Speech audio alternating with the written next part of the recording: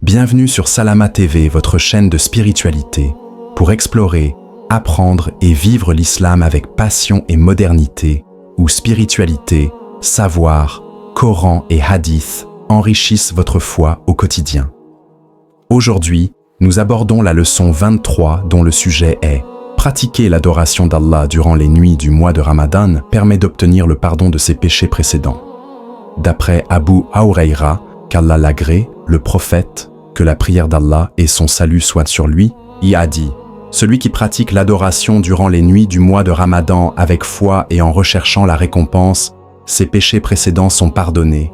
Rapporté par Bukhari dans son Sahih numéro 2009 et Muslim dans son Sahih numéro 759. عن أبي هريرة رضي الله عنه قال النبي صلى الله عليه وسلم من قام رمضان إيمانا واحتسابا غفر له ما تقدم من ذنبه رواه البخاري في صحيحه رقم 2009 ومسلم في صحيحه رقم 759.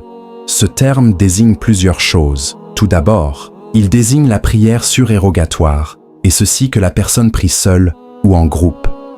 Cheikh Saad Chatri a dit « Le sens apparent du terme qui a été utilisé est que la récompense est obtenue par la personne qui prie seule ou en groupe. » Char Boulou Al-Maram, volume 2, page 166. Voir également Fath al-Bari de l'imam Ibn Hajar, 4, 251, et Subul Salam de l'imam Sanani, volume 4, page 182. D'autre part, ce terme peut également être compris comme désignant l'adoration d'Allah au sens large. L'imam Abd-er-Raouf al-Munawi, mort en 1031 du calendrier hégirien, a dit « C'est-à-dire la lecture du Coran, la prière, le rappel d'Allah, la science religieuse. » Yita Faid al-Qadir, hadith numéro 8901, volume 6, page 191. Voir également Subul Salam de l'imam Sanani, volume 4, page 181, Mirkatul Mafatih de l'imam Ali al-Qari, volume 3, page 335. Il y a deux points qui doivent être expliqués concernant cette partie du hadith.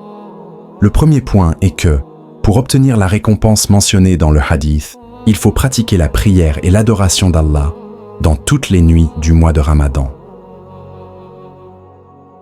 Cheikh Othaymin a dit « Si une personne pratique cela durant certaines nuits, mais pas durant toutes les nuits, obtient-elle la récompense mentionnée ?» La réponse est que si elle délaisse l'adoration durant la nuit à cause d'une excuse, comme la maladie par exemple, alors elle est comme la personne qui l'a pratiquée. Par contre, si elle n'a pas d'excuse, elle n'obtient pas la récompense, citée dans le hadith, car cette récompense est citée avec une condition, et si la condition n'est pas respectée, la récompense n'est pas obtenue. Al-Shar al-Mukhtasar, Al-Aboulou, Al-Maram, volume 2, page 469.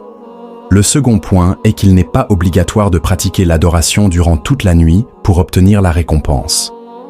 L'imam al-Iraqi, mort en 826 du calendrier hégirien, a dit « Le sens voulu n'est pas qu'il faut pratiquer l'adoration durant toute la nuit.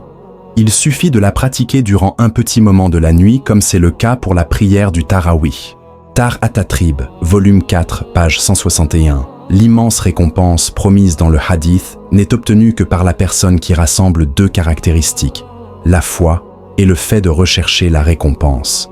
Voir Al-Shar al-Mukhtasar ala Bouloug al-Maram de Cheikh Othaymin, volume 2, page 467. La première caractéristique est que la personne pratique cela avec foi, c'est-à-dire par foi en Allah et son messager, que la prière d'Allah et son salut soient sur lui, en rendant véridique et en acceptant la législation de l'islam. Sharh Sahih al-Bukhari de Cheikh Rajihi, volume 4, page 272. La seconde caractéristique est que la personne doit rechercher la récompense d'Allah. Cette seconde caractéristique signifie, en premier lieu, que la personne pratique l'acte pour obtenir la récompense d'Allah uniquement et qu'elle ne le fait pas par ostentation et en recherchant les éloges des gens. Al-Majmou de l'imam Nawawi, volume 3, page 526. Cette seconde caractéristique signifie également ce qui doit pousser la personne à pratiquer cette adoration, est la recherche de la récompense divine et qu'il ne faut pas qu'elle soit pratiquée par habitude ou tradition. En effet, des gens pratiquent l'adoration d'Allah durant les nuits du Ramadan, car ils voient leur famille ou leurs voisins la pratiquer, et ainsi ils le font également. Ceci n'est pas correct. Il faut que ce qui motive la personne soit la recherche de la récompense. Voir Al-Shar, Al-Muqtasar, Al-Aboulou, Al-Maram de Cheikh Othaymin, volume 2, page 467. Les péchés dont il est question ici sont les petits péchés et pas les grands péchés pour lesquels il faut forcément que la personne se repente si elle veut qu'ils soient effacés.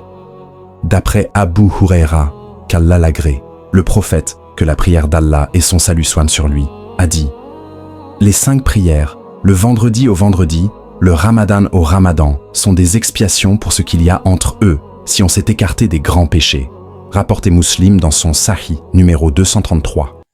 Cheikh Othaymin a dit « Si ces immenses obligations de l'islam, comme les prières obligatoires et le jeûne du Ramadan, ne permettent d'expier les péchés que si la personne s'écarte des grands péchés, alors il n'y a pas de doute que les autres actes, qui sont en dessous de ces obligations de l'islam, ne permettent pas non plus d'expier des grands péchés. » Al-Shar al-Muqtasar, Al-Aboulou, Al-Maram de Cheikh Othaymin, volume 2, page 468. Ainsi, il y a donc 3 cas possibles. Si la personne avait commis des grands péchés et des petits péchés ou uniquement des petits péchés, alors ces adorations durant les nuits du mois de Ramadan vont permettre d'effacer ces petits péchés.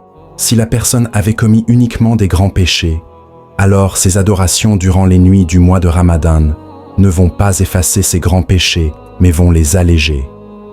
Si la personne n'avait commis ni de grands péchés, ni de petits péchés, alors ces adorations durant les nuits du mois de Ramadan seront une source de récompense supplémentaire. Voir Shar al-Wasiya as-Sugra de Shaykh Suleiman Rouhaili, page 22. C'est la fin de la leçon 23. Prochainement, nous allons aborder la partie à savoir le présence de la nuit du destin dans le mois de Ramadan et le mérite d'y pratiquer l'adoration d'Allah. Ne manquez pas les trésors de savoir et de spiritualité. Abonnez-vous dès maintenant à Salama TV, votre chaîne dédiée aux rappels islamiques, invocations puissantes et enseignements inspirants. Rejoignez une communauté engagée pour renforcer sa foi et se rapprocher d'Allah chaque jour. Cliquez sur s'abonner et activez la cloche pour ne rater aucun contenu. Ensemble, cheminons vers le bien.